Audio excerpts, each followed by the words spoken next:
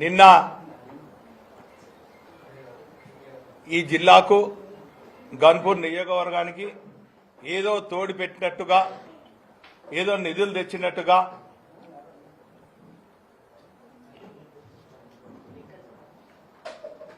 ప్రభుత్వ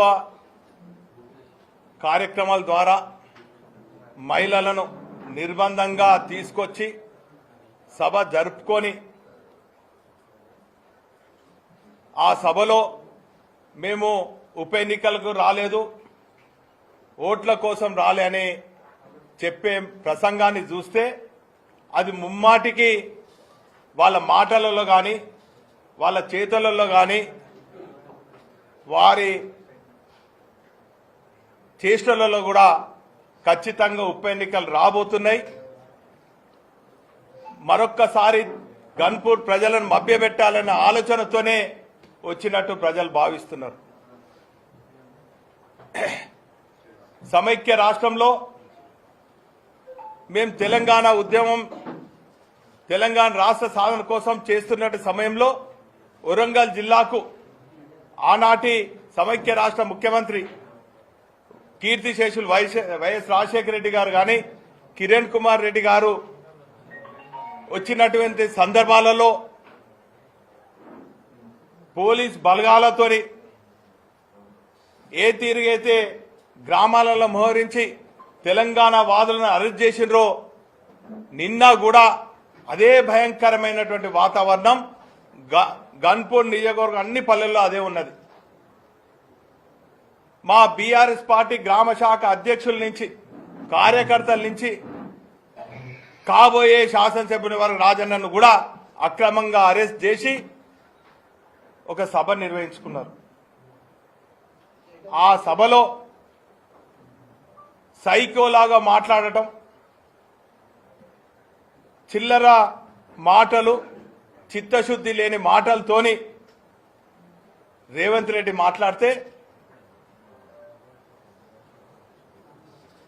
100 ఎన్నికలను తిన్న పిల్లి ఏ తిరిగైతే ఒక భయం భక్తులతోని నేను ఏం చేయనట్టు ఒక లెక్చరర్ ముందు స్టూడెంట్ లాగా పాపం నిజంగా ఆయనే కవలికలు చూస్తుంటే శ్రీహరి చాలా బాధేస్తున్నది. గతంలో ఆయన మాటలు విలువల గురించి మాట్లాడేది. చాలా సందర్భాలలో మీరు కూడా ఉన్నారు, ఇక్కడ ఉన్నటువంటి మా ప్రెస్ మిత్రులు అందరూ ఉన్నారు, మా అన్నలు ఉన్నారు. మీ ముందు కూడా చాలా సందర్భాలలో విలువల గురించి పెద్దలు శ్రీహరి గారు మాట్లాడిండ్రు. ఏమని మాట్లాడిండ్రు? పత్రికా విలేకరులకు విలువలు ఉండాలి, రాజకీయ నాయకులకు విలువ ఉండాలి. నేను ఈ చేయితోని ఎప్పుడు కూడా చేయి గుర్తుకు వేయలేదు అన్నాడు. నాయనా శ్రీహరి గారు, నీ విలువలు ఎటుపోయినాయి, నీ నీతి మాటలు ఎటుపోయినాయి, నీకు ఏ తీరుగా ఒక నీ ఆ కవలికలే చెప్తున్నాయి. ఖచ్చితంగా నీ ముఖంలో ఒక భయం ఏర్పడ్డది, నీ గుండెల్లో రైలు పరిగెత్తుతున్నాయి. ఏ క్షణాన ఉప ఎన్నికలు వస్తాయని ఆ భయంలో నువ్వు ఉన్నావు. నీ ముఖ కవలికలే చెప్తున్నాయి. ఖచ్చితంగా నీ ఆత్మ ఘోషిస్తున్నది నువ్వు చేయరాని నేరం, చేయరాని తప్పు. మరి ఈరోజు మరి బీఆర్ఎస్ పార్టీకి ద్రోహం చేసింది, అది నిన్ను వెంటాడుతుంది.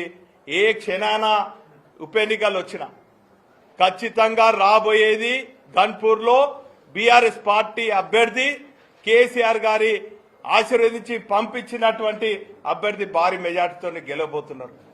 పైపెచ్చి ఏమంటాడు? గన్పూర్లో అసలు అభివృద్ధి జరగలేదట. నాయనా నువ్వు సమైక్య రాష్ట్రంలో 10 ఏళ్ల పాటు మంత్రిగా ఉన్నావు, ఏం చేసినావు?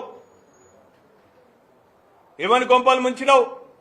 ఆ 10 ఏళ్ల కాలంలో నీకు ఎదురు తిరిగిన వాళ్ళందరినీ కూడా ఎన్కౌంటర్ చేయించిన తప్ప నువ్వు చేసిన ప్రగతి ఏంది? నీకు పదవి వచ్చింది, మంత్రి పదవి వచ్చింది. ఆ 10 ఏళ్ల కాలం పోని సమైక్య రాష్ట్రంలో తెలంగాణ ప్రాంతానికి అన్యాయం జరిగిందో, నిధులు ఇయ్యలేదో, నువ్వు నిస్సహాయ ఉన్నావో ఏదో పోని, నీకు మొత్తం స్వేచ్ఛ ఇచ్చి నిన్ను మూలకు కూర్చున్నటువంటి ఇంట్ల నుంచి తీసుకొచ్చి టీఆర్ఎస్ పార్టీలో చేర్పించి మాలాంటి వాళ్ళందరూ కూడా ఒప్పించి మెప్పించి నీకు పార్లమెంట్ టికెట్ ఇచ్చి ఎమ్మెల్సీ ఇచ్చి ఉప ముఖ్యమంత్రి చేసి 4-5 పార్లల్లో నీకు స్వేచ్ఛ ఇస్తే తెచ్చిన నిధులు ఏం చేసినావు?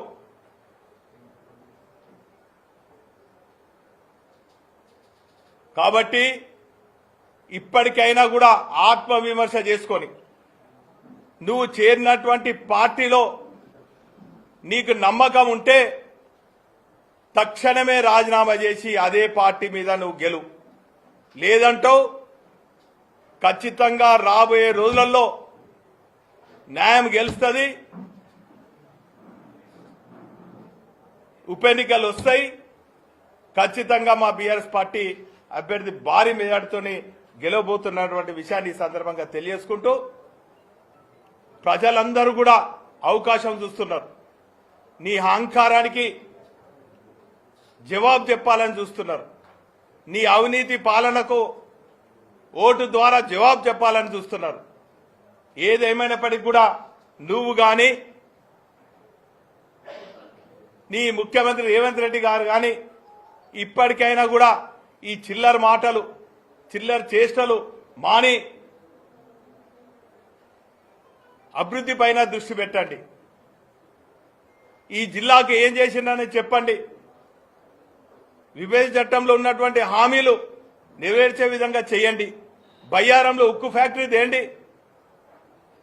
లేదు దేశంలో గొప్పగా నిర్మాణం చేసి నిధులు లేక ఆగిపోయినటువంటి 24 అంతస్తుల ఆసుపత్రికి నిధులు తీసుకురండి. కాజ్పేట్ మేము ఉద్యమం చేసి ఢిల్లీ పోయి జీఎం కార్యాలయం ముందు నిరాహార దీక్షలు చేసి కేంద్ర ప్రభుత్వం పైన ఒత్తిడి తీసుకొచ్చి అప్పుడున్నటువంటి ముఖ్యమంత్రి కేసీఆర్ గారు రైల్వే శాఖ మంత్రిని పలు దఫాలలో కలిసి ఇక్కడ ఉన్నటువంటి వనరుల గురించి చెప్పి మా పోరాటం ద్వారా వ్యాగన్ మ్యానుఫ్యాక్చరింగ్ యూనిట్ వచ్చి అది సరిపోదు అని చెప్తే ఇంటిగ్రేటెడ్ కోచ్ ఫ్యాక్టరీ తీసుకొస్తే అది ఎప్పుడో మోడీ గారు వచ్చి ఇక్కడ ప్రారంభిస్తే దానికి మేం చేసిన గొప్పతనం. మీకు ఇటువంటి చెయ్యని పనులకు గొప్పలు చెప్పుకునేటువంటి మాటలు ఎందుకు వస్తున్నాయి ప్రజలకు అర్థమైతలేదు. మీరు ప్రజలను మభ్యపెట్టే విధంగా ఎన్ని కార్యక్రమాలు చేసినా ప్రజల అటెన్షన్ డైవర్ట్ చేయాలని ఎన్ని ప్రయత్నం చేసినా కూడా ప్రజలు మీకు సరైన సమయంలో సరైన రీతిలో జవాబు చెప్పడానికి సిద్ధంగా ఉన్నారు. కాచుకోండి బిడ్డలారని ఈ సందర్భంగా హెచ్చరిస్తూ